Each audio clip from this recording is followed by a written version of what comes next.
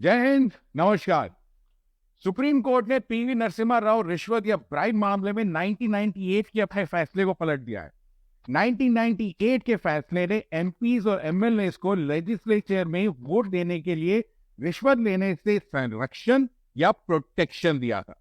Supreme Court की 7 जजेस की बेंच ने कहा कि 1998 का फैसला गंभीर खतरा था और इसलिए इसे खारिज कर दिया गया है।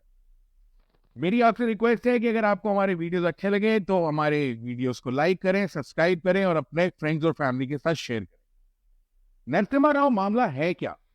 1991 में प्रधानमंत्री राव ने एक अल्पमत या माइनॉरिटी सरकार चलाई थी जिसने अपना 5 साल का टर्म पूरा किया था। अगर लोकसभा में सांसदों या एमपीज का बहुमत या मेजॉरिटी हो तो सरकार 5 साल तक रह सकती है।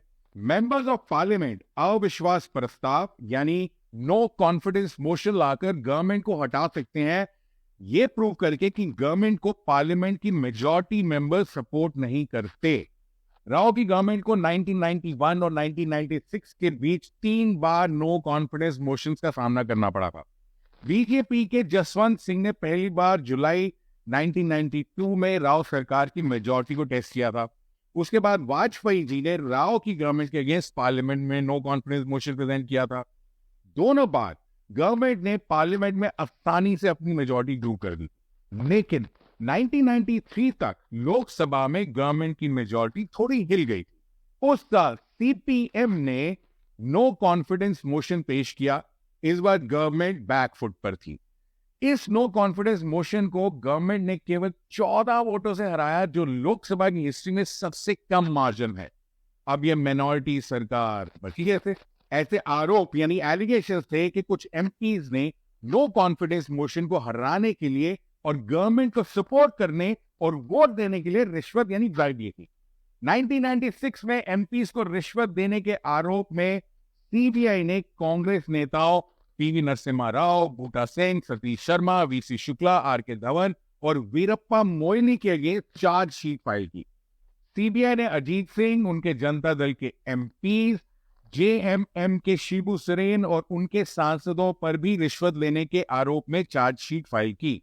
अपनी चार्जशीट में सीबीआई ने कहा कि राव की सरकार को बचाने के लिए सांसदों को 23 करोड़ रुपए से ज्यादा की रिश्वत दी गई थी। 1997 में एक स्पेशल जज ने इन आरोपियों के खिलाफ भ्रष्टाचार निवारण अधिनियम या प्रिवेंशन ऑफ करप्शन एक्ट के अंडर चार्जेस फ्रेम करने का ऑर्डर दे दिया।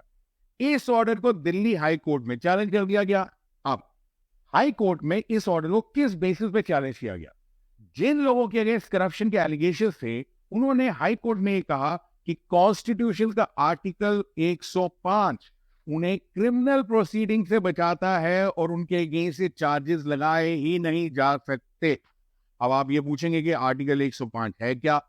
आर्टिकल 105 में कहा गया है कोई भी संसद या उसकी किसी समिति में कही गई किसी बात या दिए गए वोट के संबंध में किसी भी अदालत में किसी भी कार्यवाही के लिए उत्तरदायी नहीं होगा। इंग्लिश ट्रांसलेशन मैंने नीचे दिया है। हाई कोर्ट के जज साहब इस लॉजिक से इंप्रेस नहीं हुए और उन्होंने इन आरोपियों के इस क्लेम को रिजेक्ट कर दिया। मामला पहुंच गया सुप्रीम कोर्ट में। 1998 में 5 जजों की बेंच के फैसले में संसदीय छूट या पार्लियामेंट्री इम्यूनिटी को आर्टिकल 105 के अंदर मान लिया गया या अपहेल्ड किया गया। फैसले में कहा गया कि जिन सांसदों ने रिश्वत ली और उन्होंने वोट दिया, उन्हें प्रोसिक्यूट नहीं किया जा सकता as per article 105 of the constitution of India.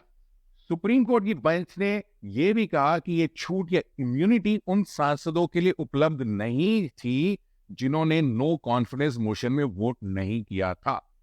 Court के फैसले में कहा गया कि सांसदों को संसदीय बहसों में निडर होकर भाग लेने के लिए इस छूट की आवश्यकता है।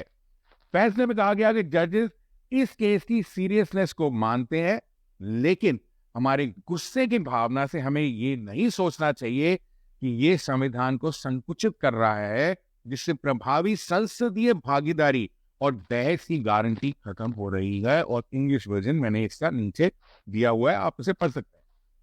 आर्टिकल 105 का मामला दोबारा सुप्रीम कोर्ट के पास कैसे और क्यों पहुंचा? 2012 में झारखंड की एमएलए सीता सोरेन ने राज्यसभा इलेक्शन में एक इंडिपेंडेंट उम्मीदवार को वोट देने के लिए रिश्वत ली। 1996 में जिन शिव सोरेन पे ब्राइब लेने के चार्जेस लगे थे, ये सीता सोरेन उन्हीं की सबसे बड़ी बहू या डॉटर इन लॉ है। और झारखंड के एक्स मुख्यमंत्री हेमंत सोरेन जो अभी रिसेंटली करप्शन चार्जेस में अरेस्ट हुए हैं, सीता सोरेन उनकी भाभी है। बेसिकली फैमिली ट्रेडिशन चल रहा है। खैर, रिश्वत लेने के बावजूद सीता सोरेन ने रिश्वत देने वाले के लिए वोट नहीं किया और इसके बजाय अपनी पार्टी के कैंडिडेट को वोट किया। जब अथॉरिटीज ने सीता सोरेन के अगेंस्ट क्रिमिनल प्रोसीडिंग्स शुरू की, तो सीता सोरेन ने नरसिम्हा राव मामले में दी गई इम्यूनिटी के अंडर क्रिमिनल प्रोसीडिंग से प्रोटेक्शन क्लेम करी। झारखंड के हाई कोर्ट ने उनके इस दावे को खारिज या डिसमिस कर दिया, क्योंकि उन्होंने रिश्वत देने वाले को वोट नहीं दिया था। इसके बाद सीता सोरेन ने हाई कोर्ट के ऑर्डर को सुप्रीम कोर्ट में चैलेंज कर दिया और सुप्रीम कोर्ट ने इसको रेफर कर दिया 7 जजेस की बेंच को। और 2024 में सुप्रीम कोर्ट का फैसला आ गया। सुप्रीम कोर्ट ने कहा, पीवी नरसिम्हा राव मामले में फैसला जो वोट डालने या भाषण देने के लिए कथित तौर पर रिश्वत लेने वाले विधायिका के सदस्य को अभियोजन से छूट देता है, इससे सार्वजनिक हित, सार्वजनिक जीवन में ईमानदारी और संसदीय लोकतंत्र पर व्यापक प्रभाव पड़ता है।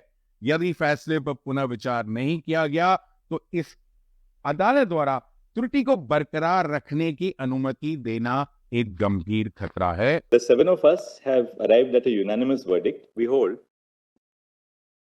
in the course of this judgment, while analyzing the reasoning of the majority and minority in PV Narasimha Rao, we have independently adjudicated on all aspects of the controversy, namely, whether by virtue of Articles 105 and 194 of the Constitution, a member of Parliament or the Legislative Assembly, as the case may be, can claim immunity from prosecution on a charge of bribery in a criminal court. We disagree with and overrule the judgment of the majority on this aspect. The judgment of the majority in PV Narasimha Rao, which grants immunity from prosecution to a member of the legislature who has allegedly engaged in bribery for casting a vote or speaking, has wide ramifications on public interest, probity in public life, and parliamentary democracy. There is a grave danger of this court allowing an error to be perpetuated if the decision were not reconsidered.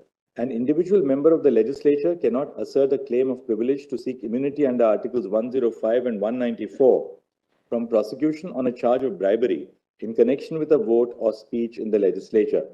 Such a claim to immunity fails to fulfill the twofold test that the claim is tethered to the collective functioning of the House and that it is necessary to the discharge of the essential duties of a legislator. 5. Articles 105 and 194 of the Constitution seek to sustain an environment in which debate and deliberation can take place within the legislature. This purpose is destroyed when a member is induced to vote or speak in a certain manner because of an act of bribery. Supreme court ने corruption को दोषी ठहराया और कहा कि विधायकों द्वारा रिश्वतखोरी सार्वजनिक जीवन में अखंडता को नष्ट कर देती है और संसदीय विशेषाधिकार ऐसे कार्यों की रक्षा नहीं करते हैं। इस फैसले के आने के बाद हमारे एमपीज और एमएलएस के लिए क्या प्रॉब्लम्स हो सकती है? इसके बाद एमपीज और एमएलएस को पार्लियामेंट और स्टेट लेजिस्लेचर्स में अपने भाषणों और वोटों से कनेक्टेड करप्शन के लिए मुकदमे का सामना करना पड़ सकता है, जो अभी तक नहीं होता था।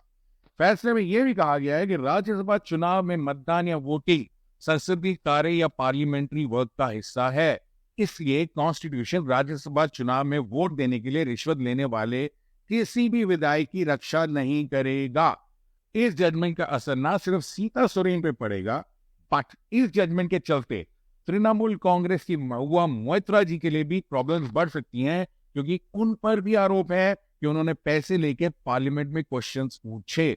मेरा ये मानना है कि इस जजमेंट के बाद हमारे करप्ट पॉलिटिशियंस को थोड़ा सा तो डर जरूर लगेगा, बट मगर लेकिन किंतु परंतु पॉलिटिशियंस है, कोई ना कोई तो उल्टा रास्ता ढूंढ ही ले।